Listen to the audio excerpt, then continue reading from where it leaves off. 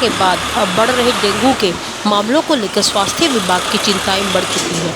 अंबाला में अब तक कुल 152 डेंगू के मामले सामने आए हैं। स्वास्थ्य विभाग द्वारा पहले घर घर जाकर लार्वा चेक किया जा रहा था और अब व्यापक स्तर पर सैंपलिंग भी की जा रही है। ज़्यादा जानकारी देते हुए डॉक्टर सुखप्रीत ने बताया कि अंबाला में कुल अब तक डेंगू के 152 मामले हैं। जिस भी घर में डेंगू का मरीज पाया जाता है उनके घरों के आसपास भी सैंपलिंग की जाती है। हमारी तरफ से प्राइवेट अस्पतालों को भी बताया जा रहा है कि बेवजह प्लेटलेट न चढ़ाएं और आम जनता से भी अनुरोध है कि डॉक्टर्स को प्लेटलेट चढ़ाने को ना बोलें। अभी डेंगू के मामलों को लेकर कोई हाई रिस्क एरिया नहीं है और यदि कोई आपातकालीन स्थिति पैदा होती है तो उसको देखकर स्वास्थ्य विभाग पूरी तरह से तैयार है। अब तक डेंगू के मरीज आ चुके हैं, डेंगू पॉजिटिव के। तो सर कितने इसमें से एडमिट हैं, किस तरह के सभी इलाज चल रहा है?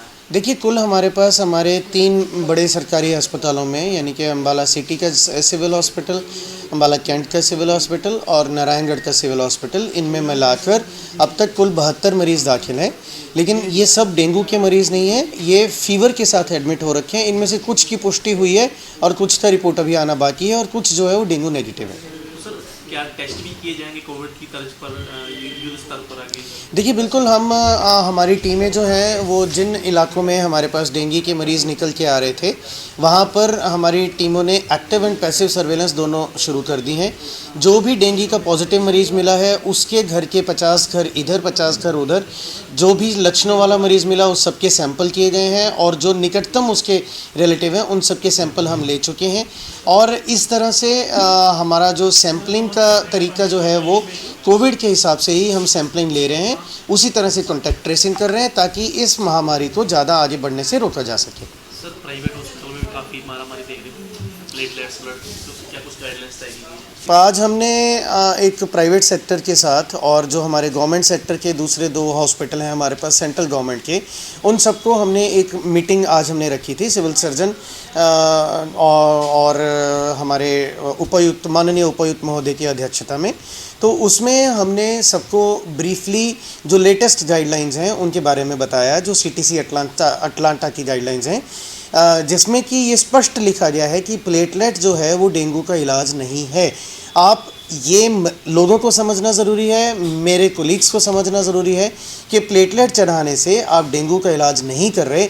अलबत्ता प्लेटलेट्स चढ़ा के हम मरीजों का नुकसान ज़्यादा करते हैं, क्योंकि हमारी जो डेंगू की फेजेस हैं वो इसमें समझनी बहुत ज़रूरी है। जनसाधारण को मैं सिर्फ ये बताना चाहूँगा कि आपका जब भी डेंगू या कोई भी बुखार आपको हो रहा है या आप डेंगू से डायग्नोज हो रहे हैं तो बिल्कुल भी घबराना नहीं है। प्लेटलेट्स चाहे आपके 5000 तक रह जाएं, जब तक कहीं से खून नहीं आ रहा, यानी कि दांतों से, नाक से, चमड़ी पर कहीं लाल लाल निशान ना आ गए हों, जिन महिलाओं को मेंसेस चल रहे हैं उनकी मेंसेस बंद ना हो रही हो, या ब्लैक लेटरिन आ रही हो या लेटरिन में खून ना आ रहा हो, तब तक घबराने की ज़रूरत नहीं है और तब तक प्लेटलेट्स लगाने की भी ज़रूरत नहीं है, चाहे प्लेटलेट्स की रीडिंग कुछ भी हो। क्योंकि आपने ये देखा होगा कि मोस्टली जहाँ प्लेटलेट्स की थोड़ी सी भी 1 लाख से नीचे आते हैं तो हमारे पास मोस्टली मरीज यही कह के आते हैं कि प्लेटें डाउन हो रही हैं जी, हमें आप प्लेटलेट्स चढ़ा दो, हमें आप सेल चढ़ा दो, जो कि सरासर गलत है। ये इससे हम और ऊपर से फ्लूइड दे के हम मरीज का जो दिल है जो पहले ही एक्स्ट्रा फ्लूइड से जूझ रहा है, हम उसको और ज़्यादा अंडर बर्डन कर देते हैं, ओवर बर्डन हो जाता है वो। तो इस जी देखिए, हम इमरजेंसी के लिए पूरी तरह तैयार हैं। स्वास्थ्य विभाग में पर्याप्त मात्रा में जो है हमारे पास इस टाइम पे दवाई मौजूद है और सैम्पलिंग हम बिल्कुल घटा नहीं रहे हैं। कॉन्टैक्ट ट्रेसिंग हम बिल्कुल कोविड के तर्ज पर ही कर रहे हैं और मोर ओवर हम जहाँ पर भी पॉजिटिव मरीज मिल रहे हैं हम हर उस घर में मच्छरदानी दे रहे हैं मेडिकेटेड, ताकि जो डेंगू का मरीज़ है उसको उस मच्छरदानी में बिठाया जा सके, सो दैट जो मच्छर है जो डेंगू फैलाता है वो उसको ना काटे और उसके काटने की वजह से उसमें खुद बीमार होकर मच्छर दूसरे लोगों को बीमार ना करे। देखिए, अब हमारे पास जो है वो as such high risk area नहीं है, क्योंकि हमारे पास छोटे छोटे क्लस्टर्स में ज़िले के हर भाग से जो है वो डेंगू के केसेस निकल के आ रहे हैं, लेकिन वो इतनी अलार्मिंग स्थिति नहीं है।